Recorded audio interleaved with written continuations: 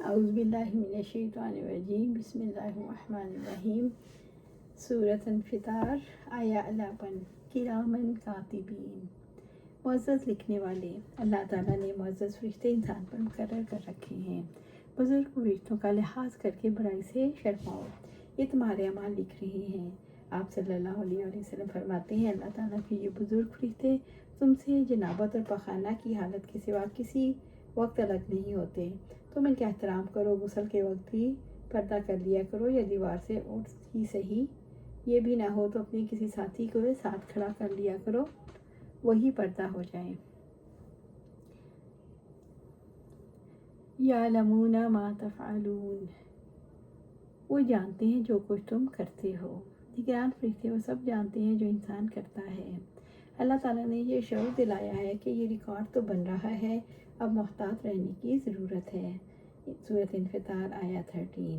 ان الابرار لفی نعیم، یقیناً نیک لوگ بلا شبہ نعمتوں میں ہوں گے۔ ابرار سے مراد وہ لوگ ہیں جو اللہ تعالیٰ اور اس کے بندوں کے حقوق قائم کرتے ہیں، جو دل، زبان اور اعضاء کے اعمال میں نیکیاں کرتے ہیں۔ ان لوگوں کا بدلہ یہ ہے کہ ان کو اس دنیا میں، قبر میں اور آخرت میں دل، روح اور بدن کی نعمتیں حاصل ہوں۔ آپ صلی اللہ علیہ وسلم نے فرمایا، اللہ تعالیٰ نے ان کو ابرار اس لیے فرمایا کہ انہوں نے باپ اور بیٹوں کے ساتھ نیک سلوک کیا۔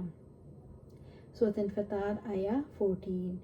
وَإِنَّ الْفُجَّارَ لَفِي جَحِيمٍ، اور یقیناً گناہ گار بلا شبہ دوزخ میں ہوں گے، یعنی وہ اس دنیا میں، قبر میں اور آخرت میں عذاب میں رہیں گے۔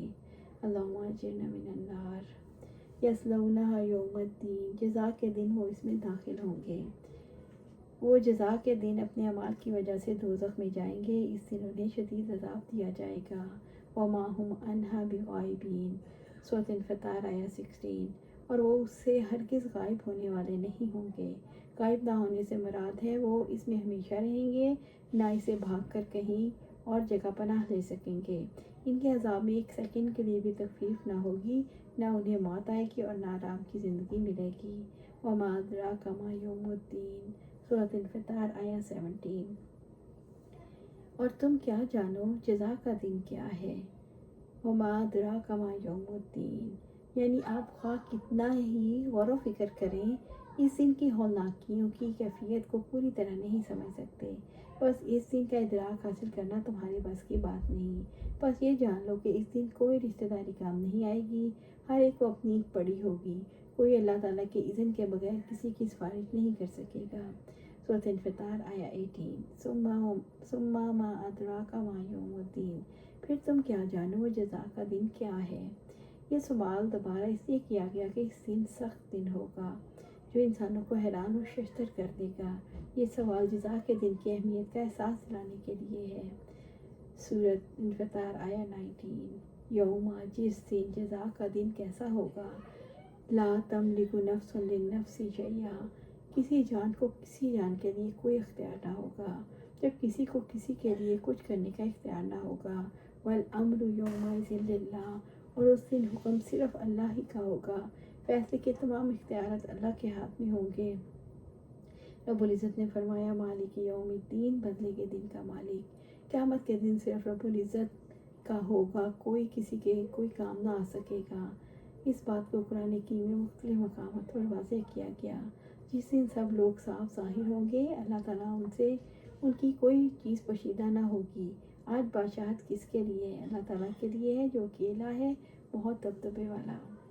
ابو ہریرہ رضی اللہ عنہ سے روایت ہے، جب یہ آیت کریمہ نازل ہوئی اور اپنے قریبی رشتہ داروں کو ڈرائیے، تو آپ صلی اللہ علیہ وسلم نے قریش کو بلایا، عام اور خاص سب کو جمع کیا، پھر فرمایا، اے کعب بن لؤی کے قبیلے والو، اپنے آپ کو دوزخ سے بچاؤ۔ اے مرہ بن کعب کے قبیلہ والو، اپنے آپ کو دوزخ سے بچاؤ۔ اے عبد شمس کے قبیلے والو، اپنے آپ کو دوزخ سے بچاؤ۔ اے عبد مناف کے قبیلہ والو، اپنے آپ کو دوزخ سے بچاؤ۔ بنی ہاشم کے قبیلے والو، اپنے آپ کو دوزخ سے بچاؤ۔ بن عبد المطلب والو، بنی عبد المطلب والو، اپنے آپ کو دوزخ سے بچاؤ۔